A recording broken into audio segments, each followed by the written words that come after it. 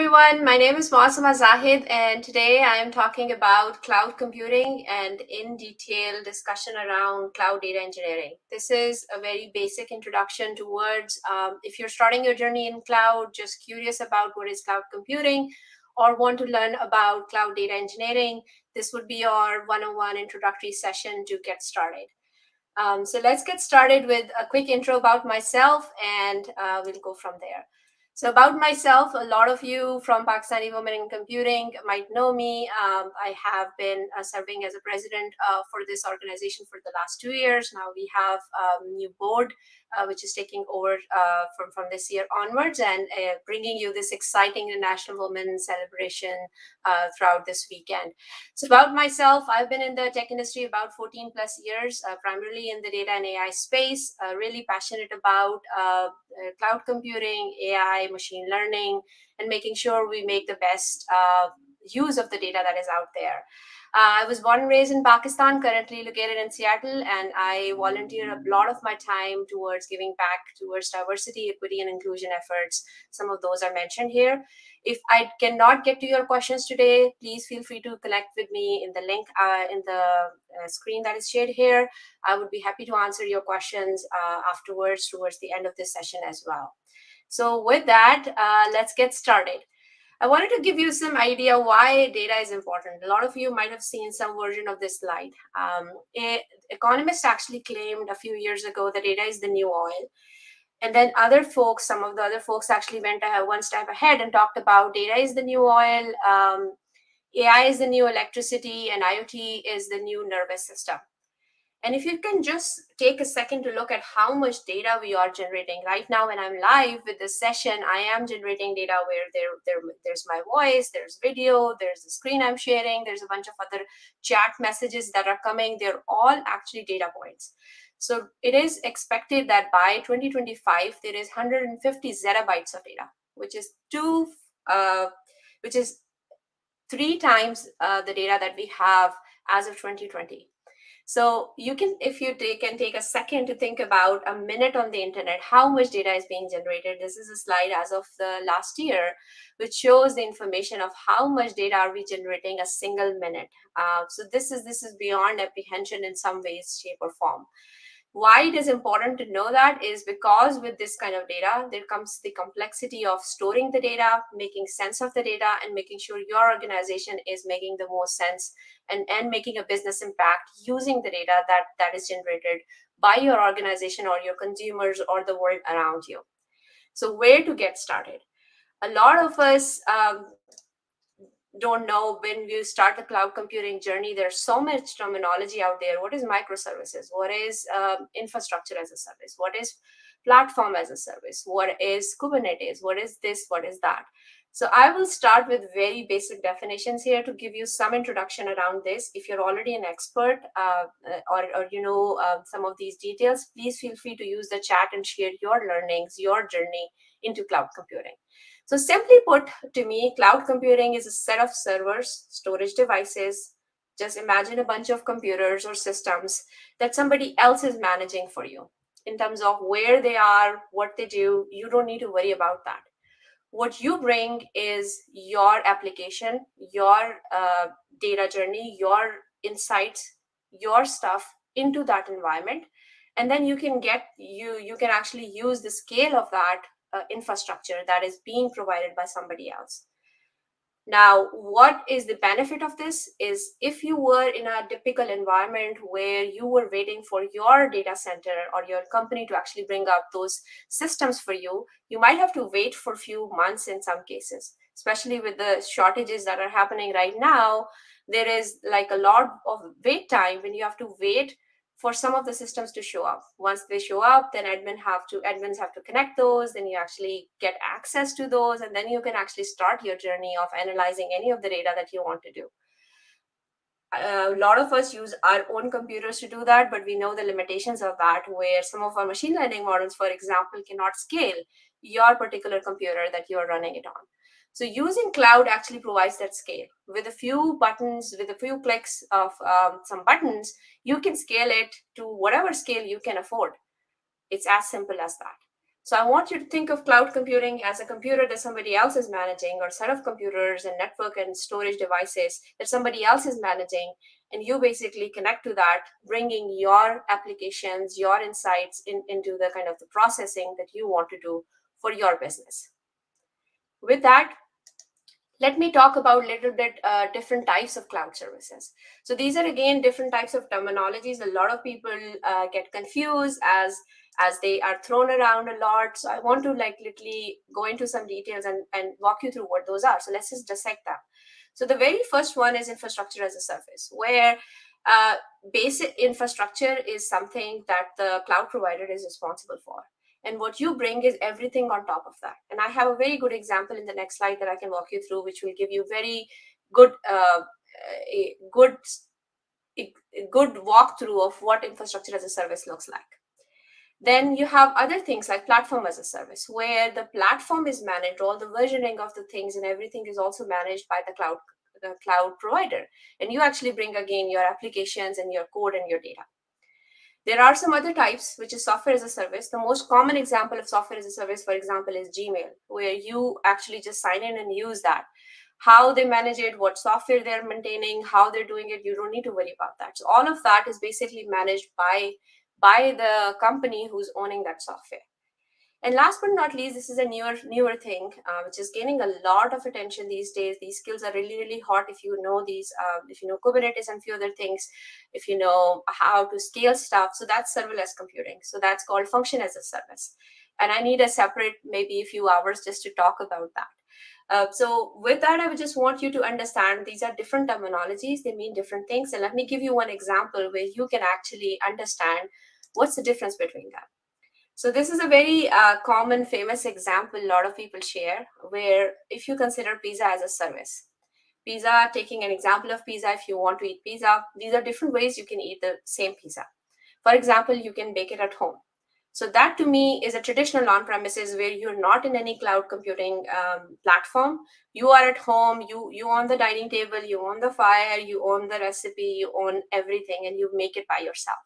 So this is what traditional systems of businesses used to do a lot. And right now as well, a lot of companies still prefer to be on their own data center because either they can afford that, they have enough folks to support that kind of growth, or it could be other problems like privacy and other issues where they don't want to move their data or their infrastructure into cloud. Those are all valid kind of reasons why you would not move to cloud. And we can talk more about privacy and other things in later slides as well. But that's it. That I want you to think about that as a traditional on-premise environment where everything is owned by you as a company, and none of that actually ends up being in the cloud provider. Now, if thinking about infrastructure as a service, you can think about those two light blue and dark blue colors here is the things that you're managing and things that the cloud provider is managing. So everything on the top, including where the basics of the pizza is being made, is now being managed is being managed by you. But then the stuff that makes that is managed by the cloud provider. That means a good example of infrastructure as a service for example, AWS or Azure would be your VMs. So you basically get a machine to go and connect to, and then you can run anything you want to. It's like a computer, right? So the infrastructure would be managed by the cloud provider. In AWS, they're called EC2 machines. And then you come and just log into that machine and do whatever you want to do in that machine. You can run any program, you can write any code, anything like that. So that is a good example of infrastructure as a service. Now moving on to a more managed information where something is a little bit more managed by the cloud provider. What you come is with your code and application, but the rest of it is actually managed by the cloud provider. A good example of platform as a service would be our RDS systems, the relational database systems that AWS provides. So they actually manage, excuse me, the entire database for you. They manage the upgrades for you. They manage everything. What you do is basically connect to that and then run your queries, create your tables, or insert your data. Same thing for Azure, for example. So our Azure SQL DB is an example of a platform as a service where I work in Microsoft Azure. So we kind of manage the backend system for you, and we manage all the upgrades, we manage all of that, we provide you a lot of toolings. You actually just bring in your data and do the work that you need to do. So that's a good example of platform as a service. And then software as a service, where you can imagine everything comes as a package, where if you go, excuse me, to a dinner outside to eat pizza, then you are not responsible for any of that, neither the table, neither the fire, not the food, not anything. So you just go, you just bring your money, and you get the service. So that's an example of software as a service. As I gave an example of Gmail, it's a good example. A lot of other softwares that we use these days, like Dropbox and whatnot, they all are actually software as a service because they manage everything for you, and you just basically use that software. In that case, you are actually coming to the service just to use that service itself. So I hope this example gives you a little bit more information about what are all of these terms, and can I get a little bit more information about what's the difference between them, and can I get started on some of this. A little bit more kind of detail into that, just adding a little bit here as container as a service or function as a service for more information. These are some more kind of information. So in terms of your data and applications, this is the difference, what is managed by you and what is managed by the cloud provider. You don't need to know each and everything in how these services are, but if you're making a decision around going from one solution to another, you need to know what type of service you're going to run your code on, what type of service you're going to run your applications on. And this is a good starting point to kind of understand how these different services are different and how you can start using. Now, I wanted to kind of give you a little bit idea about what is the market share looks like for these services. So in the market right now, in terms of overall, this is a year-old information, almost a year and a half old information. The AWS is currently the market leader in terms of the most share of services. Next is Microsoft Azure. Then there's Google Cloud. There are a few other cloud providers like Alibaba, IBM Cloud, Salesforce, and a lot of others that are also in the market as an option. So you don't have any limitation to stay on one cloud provider these days. There are a lot of multi-cloud offerings as well. If you want to stay open source, you have options in these cloud providers to bring your open source technology and just host them in one of these cloud providers as well. And every single day there is a new service, there's something new that is coming out, there are new updates that are coming up. So it's really, really hard to kind of keep track of all of that. But it's good to actually start at a few places, just understand your data problem, understand the solution or the application that you want to build, and then look at the services that these cloud providers are providing. They also come with some of the learnings and trainings, and I have several links at the end of this discussion that you can look into and start your journey there. And I'll walk you through an example as well, how you can start looking at bringing your data into cloud. What does the journey looks like? What does the data pipeline looks like? And how you can actually learn a little bit more about some of these cloud providers as well. Now, I wanted to share a few important concepts because these concepts are important to understand when you move to cloud. When you are in your own on-premise environment, or let's say you're starting, you're early in career, you just graduated, you as a software engineer or a data engineer or data scientist only think about your code, right? So you write the best code possible, you make sure it's well tested, and then you kind of run it and then make sure it works the way it's supposed to work. Now, if you think about concepts in cloud, where this code is going to run, how it's going to scale, what are the different things that I need to worry about? Those are additional things that you need to start thinking about if you start looking into cloud. And why they're important for you as a software engineer, data engineer, or any of those roles is because where your software runs, how it runs, affects the way you're going to actually use this. And these are concepts that are very important for you to understand early on in your career, especially in the cloud career, to kind of make the best decisions for your solutions. So the very first concept is compute. So compute is basically your cycles of, let's say, CPUs or GPUs. How much of that is required to actually cater this problem that you're solving. For example, if I'm a Black Friday company who's selling something on Black Friday, I need to have enough compute to deal with the scale that comes with Black Friday sales here in the US, for example. Same for if you're in Pakistan, if there's Eid coming up and people have certain website hosted somewhere, you would expect that there would be way more traffic during those days to your website as compared to other days. So you have to think about compute, the kind of horsepower, the CPUs and GPU cycles where your code is running. So that's the very first concept. The second concept is storage. So when you actually buy a new computer or you actually buy a new machine, you always look at how much gigabytes of RAM or how much gigabytes of disk space I have, or in some cases how many terabytes of space you have. Now, thinking of the same thing in terms of your application or your data problem, you need to really think about how do you store the data, what format you store the data, what is the different types of scaling options that you have if you need to add more storage. And usually in cloud computing, storage is the most, I would say, cheapest things to get. Compute is much expensive. So it's always good to understand the combination of compute and storage. If you're going with one type of machine, what is the compute, what is the storage that it comes with, what are additional options if you need to scale, and then how you can add that. The third concept is network.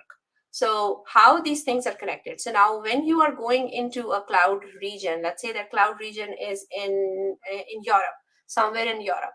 Now, all of the data that you are connecting to, all of the applications that you're using, how you are doing your inputs and outputs, that is actually distributed around the world. For example, if you are a global player or global company. Now, how you are connecting to that, what are your firewall rules, what are your different DNS, other things. So all of those systems are actually connected through a network. You are connecting to it through a network. So it's important to understand those concepts as well. Again, I have certain links at the end that can give you some basics around that. You don't need to be a network expert. You don't need to be a storage expert or a compute expert, but these are important concepts for you to understand to scale your products, to scale your solutions into the cloud, especially with the pace how this world is evolving. And last but not least, a lot of engineers that I talk to don't think about security. They think whatever they wrote is the best code ever. That is a biggest mistake I've seen in many folks that I talk to. Because you, as a software engineer, data scientist, you're responsible for the security of your code. What type of data privacy rules that you're applying, how you're storing this data, who is accessing this data. So all of that is kind of your responsibility, even if it's nobody defined that for you. So it's important to, again, understand some of those concepts. And as I said, I have some links at the end that you can start learning about these basic concepts. So if there's one thing you get out of this session at the end of this is to remember these 4 basic concepts and start your kind of learning journey into cloud by knowing what are the different options when you look at these concepts in cloud. I'll give you a few examples of cloud scale solutions. One of my favorite one is connected car. So some of the cars in the recent world, which are very much connected, I can be sitting here where if I have to leave in next 30 minutes, with a click of a button on my mobile phone, I can start the car. I can actually put on some music over there as well if I want to, or I can actually look at what's going on in my car. So a lot of the kind of smart devices, which is my next example, like Alexas or Cortanas or Google Homes, they're all very kind of connected solutions that have the scale because of the various options that way how they're deployed. Again, I don't know how each and every architecture is out there, but think about the scale. So let's say when I ask, hey Google, please play this thing or do this something, Google is going to actually on the back end, it's going to start a process. Actually, my Google just started. This is something. This is something you'll see. Give me 1 second to just mute it. So I'll come back.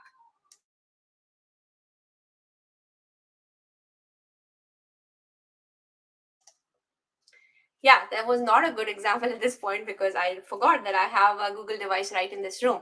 So what happens is when you actually say that, the system, it actually goes on the back end and starts a data pipeline. It starts a pipeline of starting with my question, converting that question into an answer, and then taking an action on that answer. If you think about that as a data pipeline, there's basically a scale involved. So I'm one person who is doing that, but on the back end, they have a system which manages this whole kind of pipelines and like hundreds and thousands of questions that are there. So you can imagine it's not solvable by a single machine or single set of machines. There is a scale involved. So a lot of these systems are either using cloud computing technologies in shape or form, or they use concepts like Kubernetes and things where you can scale at any point on a kind of one command. So as soon as I ask the question, it actually kicks off a function which goes and does the work. And when it is done, it basically brings down all of the compute and everything else that is done. So you kind of save the cost also. So I just wanted to give you some examples. There are hundreds and thousands of examples like that. A lot of companies use cloud computing a lot in all of their pipelines, in all of their work, and most of the time you don't even know that they are actually using cloud on the back end. So it's important to just think about when you are dealing with some of these softwares or solutions, to think about what's happening on the back end when I'm asking this question, or what's happening on the solution when I'm doing or doing certain actions. So now let's talk about cloud data pipeline. Again, if you have any questions so far in terms of the concepts, please feel free to put them in the chat. I'll be more than happy to answer those questions. So actually we have a question here. I'll take that right now. So each application having different SLA, the overall SLA comes down. What happens when the downtime comes at peak processing hours? The cloud vendor pays between, but industry may suffer massive loss. Yeah, that's a very good question. So what I did not talk about is some of the SLA. So each of the cloud provider and each of the service out there comes with a service level offering.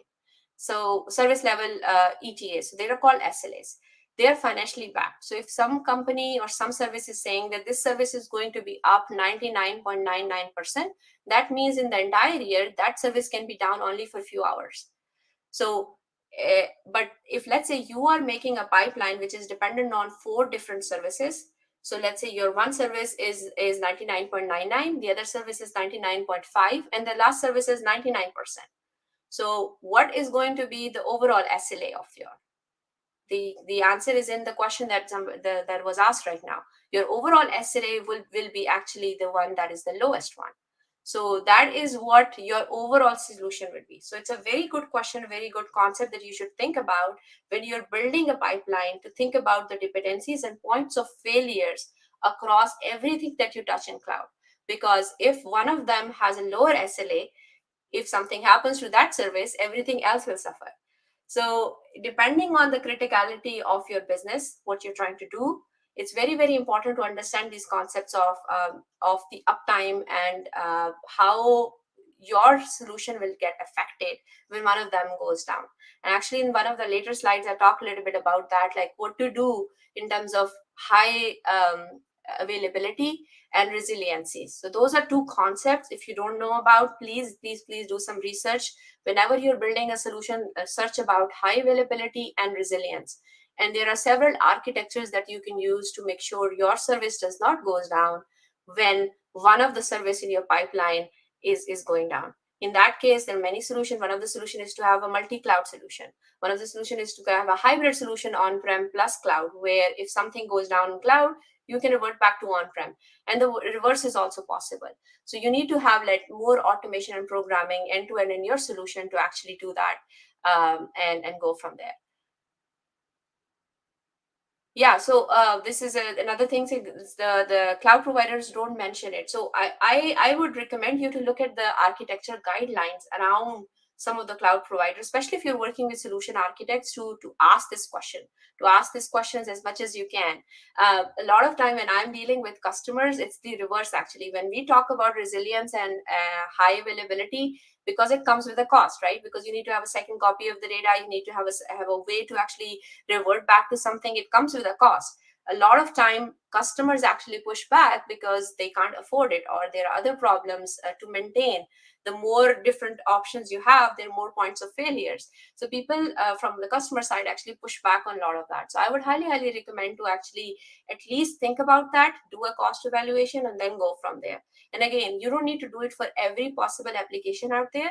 You need to do for your business critical applications, the ones that will cost you amount of dollars or rupees or whatever if they go down.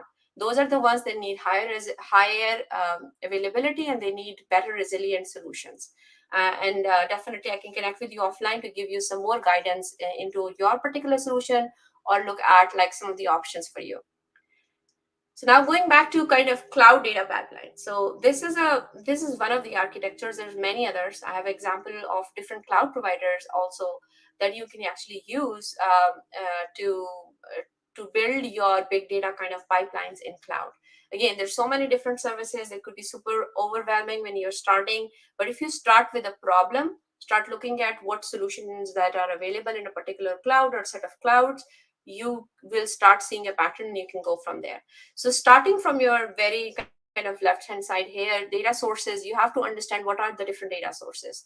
Is mobile devices one of the data sources? Do you have a database on premise? Is your application storing the data somewhere? So that is going to be your first kind of understanding. And then data sources vary, the schedules vary, how data is landed, it actually varies. So there's a lot of complexity that is on this very first layer. And this is one architecture, it's called Lambda architecture. There are other architectures, Kappa architectures, and a few others that you can look into. You don't need to follow one or the other. You can do mix and match of different things as well.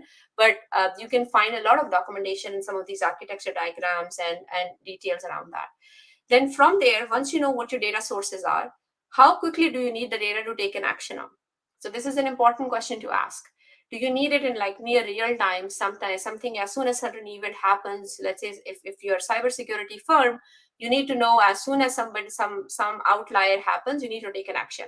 For example, if I'm trying to log into my bank account from a location which is not known to my bank, I will get an SMS as soon as possible. So think of that as that pipeline which is on the top, which is actually on the bottom here, actually, which says about the real-time message ingestion. So what happens is as soon as some anomaly happens, they trigger an SMS, and that's a data pipeline they've set up. So it's a near real time. Then you can go into stream processing. We can talk about different solutions. Spark streaming is one of the most common one that a lot of people use in terms of the real-time ingestions. Right now, Apache Kafka is used heavily, and then each of the cloud provider comes with its own service that supports that platform as well. From there, you can look at the data coming into two different ways. It could be real time, it could be batch. So the difference between real time and batch is real time is kind of near real time. As soon as an event happens, a few seconds later, sometimes even milliseconds later, you have the data in a shape or form where you can take an action. Batch is a batch frequency. You can define what it is. Usually, in most of the organizations, I see it on daily basis. Sometimes even some sources come on weekly basis. So you have some process but takes the source and then converts it using your ETL tools, the extract, transform, and load tools, into some shape or form, clean it for you to actually use it, and then it lands somewhere in a data store, some kind of database, or some cases it lands in a storage account where you have access to, and you can start using and actually doing some interesting stuff on it. And now that you have cleaned the data, you have stored the data, you actually ran some machine learning, let's say, on top of it, you need to make it visible to your end users, right? It could be your business leaders, it could be anyone. So a lot of people actually use different data visualization tools such as Tableau, Power BI, and many others that you can use at the front, which can actually give you some reports. So this is like very high level, very basic, again, very kind of 101 diagram showing you what a cloud data pipeline looks like. There's a lot of complexity when it comes to solving real problems, and I have some examples that you can look into afterwards as well. So I wanted to show you this. This is actually a year and a half or 2 years old diagram as well. I couldn't find the latest one because I think since then there has been improvements in many of these services. But this gives you a very good idea of what a typical complex data pipeline solving a problem, a big data problem, looks like in the three different clouds. These are the three most famous cloud providers, AWS, Microsoft Azure, and GCP. I work in Azure. I work in the database platform team, which is in the middle right there. About all of the databases that show Cosmos DB, Azure SQL. That's my product team where I work as a principal PM manager. If you have questions about those products, please connect with me. I'll be more than happy to take your feedback, answer any questions about those. I've used AWS in a previous startup that I used to work with, and I've used GCP as well in several years of my experience. So this is a very good representation of what a pipeline looks like. So if you look on the very left-hand side, these are your different source systems. They could be coming from an IoT device. They could be your trigger to something that happened. If a file drops from a source system, anything like that. They could be event processing. So in this case, if you look Kinesis at the very end, or Event Hub, or the pub sub, those three are actually solutions to do event processing or event listening, basically. So as soon as an event happens, you can land them there. It creates kind of a trigger, and from there you can actually store it in different ways. You can store it in the data lake. So if you see there, S3, Azure Data Lake, and cloud storage are kind of data lakes. So they are like kind of the cheapest way to store data. As soon as you have some data, you land it somewhere. Now, after that data is landed, you can actually make sense of that data. So a lot of people use different tools. So there's Hadoop-based tools like EMR, um, or in Azure also we have some certain tools like that. And then you can also use stream processing like tools. For example, in AWS they use Kinesis. In Azure you have Stream Analytics. Google Cloud has something similar as well. After that, you can again store it into some big data situation where you can do year over year, month over month, all of the different types of analysis. Again, you don't need to use all of these services. I'm just showing you all kind of the different options, how your data kind of come from the source. What do you do next with it? What do you do next after that? And then eventually you need an insight into that data. So some kind of report. It could be a report in QuickSight, it could be a report in Power BI, it could be a report in Tableau or some other place as well. So these are kind of good examples of a typical complex big data architecture in a company. You don't have to worry about all of that. Again, don't get overwhelmed with all of this. You can start with just understanding the concepts of batch versus stream, understand a couple of concepts around Apache Kafka, Apache Spark. These are open source technologies. You can actually look up, and I have some links also for you to kind of learn those as well. Now, this is the slide I wanted to mention. I think somebody already brought up a question about the high availability and disaster recovery. Now, when you're moving from on-premise environment, or let's say you're net new building your solution into cloud, it's very important to understand the different considerations when you're moving to cloud. The first and very basic concept is your DevOps. A lot of companies I work with or I've seen, they have a dedicated team who deals with their pipelines. They know what CI/CD is, continuous integration, continuous delivery.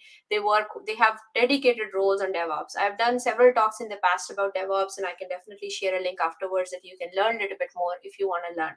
This is an area which is booming. There's a lot of skill set needed in this area. If you're interested in like kind of high scale deployments, managing those, DevOps is a good area to enter into cloud computing. Regardless of what your background is, you can always learn that and actually enter that. And there's really high demand in this area. Security and networking, I already touched about that a little bit. I want to again emphasize, do not forget about security, do not forget about networking, because these things are really important. The only time you will know how important they are if once you get hacked or if something bad happens.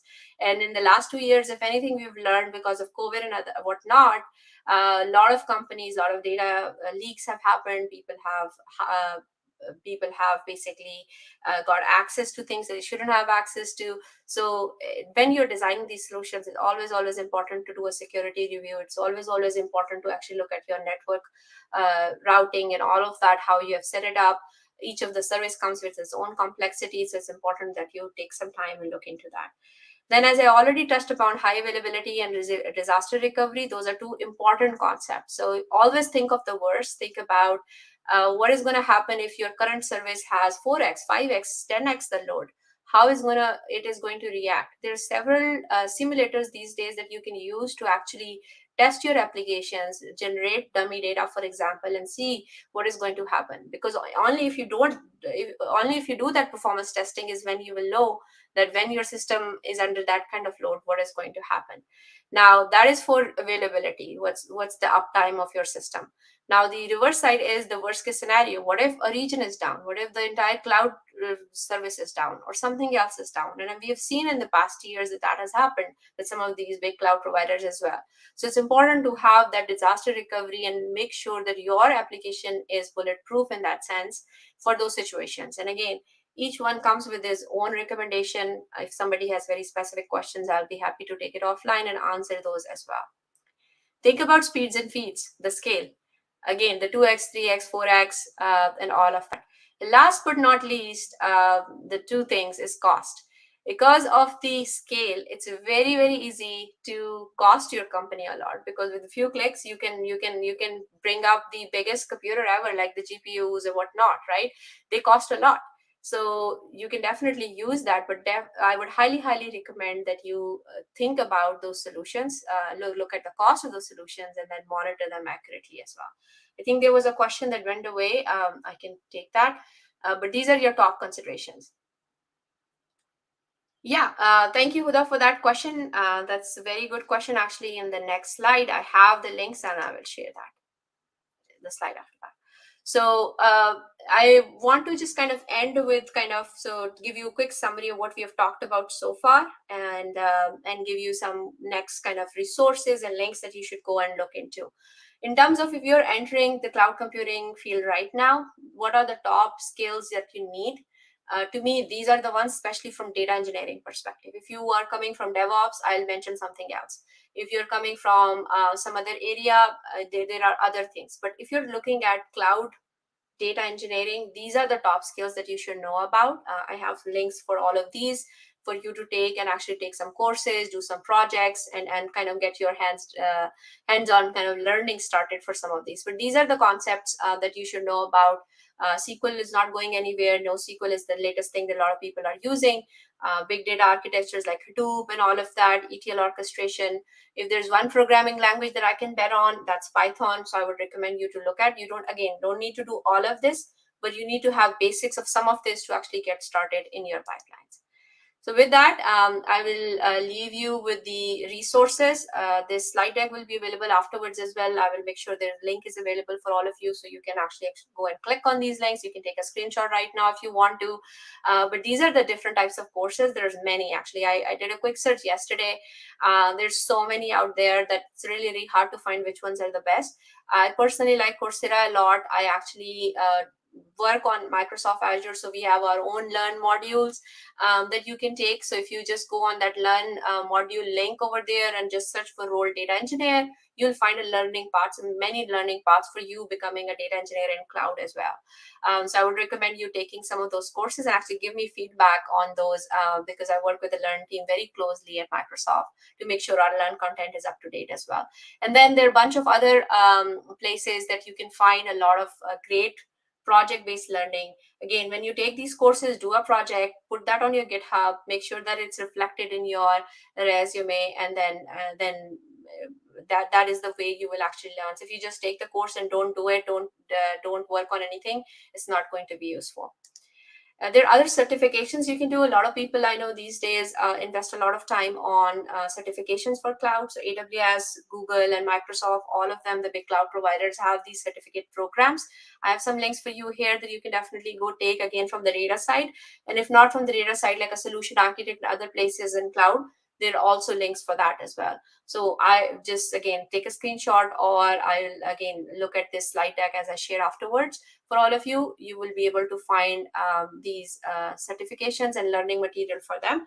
Don't just go for the certifications for the sake of certifications. I would say learn on kind of several projects, learn on kind of your job, understand these concepts, try these, ask these questions to your company. Do we have some cloud footprint? Can I learn something? So from those paths, actually, it's the best way to land a job into this, or actually expand your current role into some of these areas if you want to go these routes. This is a good website where you can find a lot of great project ideas for data engineering. They have data, they have solutions actually available with code. Again, you can take a screenshot here, but this is a great way to actually learn some interesting projects when you're building from basically nothing to a scalable solution. There are some very simple ideas, there's some complex ideas, and again, you can, if you just search project ideas, you'll find many. So start with something where you have some reference of code available as well. If you get stuck, you can actually look up that solution as well. But try your best to solve it by yourself first. Do your research. Typically, I think it takes about 6 weeks to do something really well based on my experience. So if you work, let's say 30 minutes a day or a few hours a week, you can actually make progress on any skill, regardless of cloud or not, and that you want to. There are many boot camps, learnings, and other materials available out there. So today, there's no end to it to actually go and learn some of these concepts if you want to. This is the last slide I wanted to share to kind of leave you with. So a lot of us in every company, no matter even if you don't work right now or thinking about working in the future, we have a bunch of data around us. I talked about the data that we are generating every single minute in every day, right? So taking the data, converting that data into information, connecting those dots into knowledge, making sure that you know what to make sense of that knowledge from point A to point B is an insight. And a lot of good, I have worked with many data professionals over the year. They're really good with data, information, probably knowledge, but the insight piece is missing, where you can't connect the dots correctly, you don't know the path. If you have the best report possible that you've built, but you don't know what insights it's giving me or what business decision I can solve using that report, it is useless. So I would highly recommend to think about, when you're solving data problems, start with the why. Start with what you're building. Don't get stuck up on the tools. Tools are just kind of a way to get to that solution.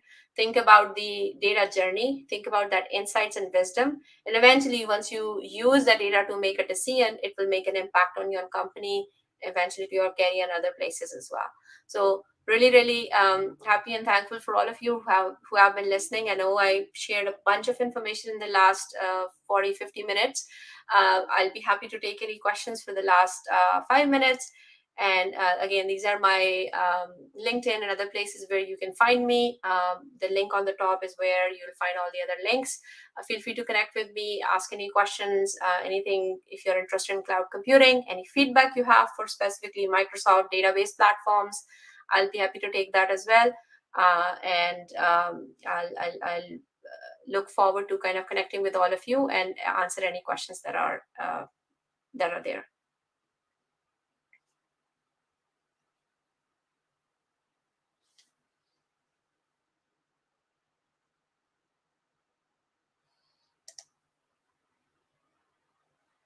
Great. Seems like we've got a few questions already that got answered. So happy to kind of connect with all of you. Thank you again. Have a great day, and definitely check out the rest of the day today and tomorrow for a bunch of other amazing sessions that are coming up. Thank you so much for listening to me. Bye.